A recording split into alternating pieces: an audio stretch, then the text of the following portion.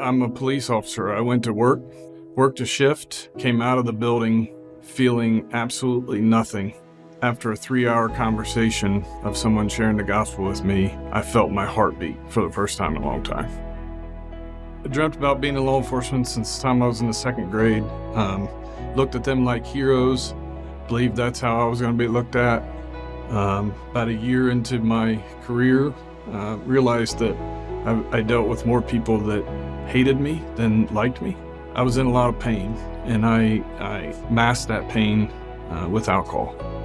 On one day, I was exchanging a bottle, taking a drink, putting my firearm in my mouth, trying to gather up the courage to pull the trigger. God being with me in that moment, I passed out, woke up, and I went to work the next day, come out of shift fully intent on finishing what I had started the previous night.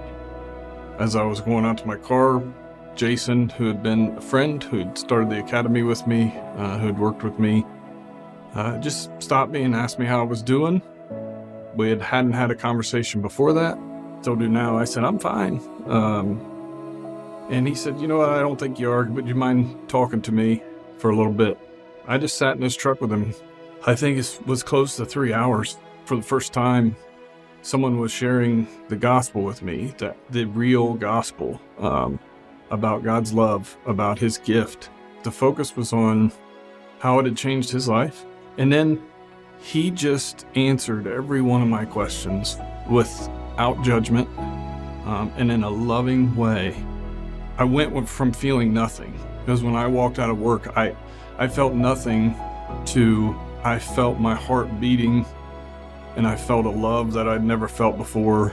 It was amazing but confusing all at the same time.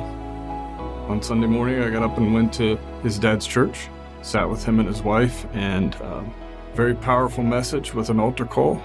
Went to the altar and gave my life to Christ. And that day, it was an amazing, life-changing experience. Bottom line is, I wouldn't be here. I wouldn't be married. I wouldn't have my kids. I wouldn't have spent 20 years in law enforcement without Jason getting over that fear and sharing the gospel with me that morning. And a short year after I was saved, I was able to share my story with my parents and my sister. I was able to invite them to our church. And after just a few church visits, they were saved at the altar during an altar call. If we don't take that next step, then our walk with Christ stalls. And so it's important, and what next means to me is just taking that next step. We continue to move forward in our walk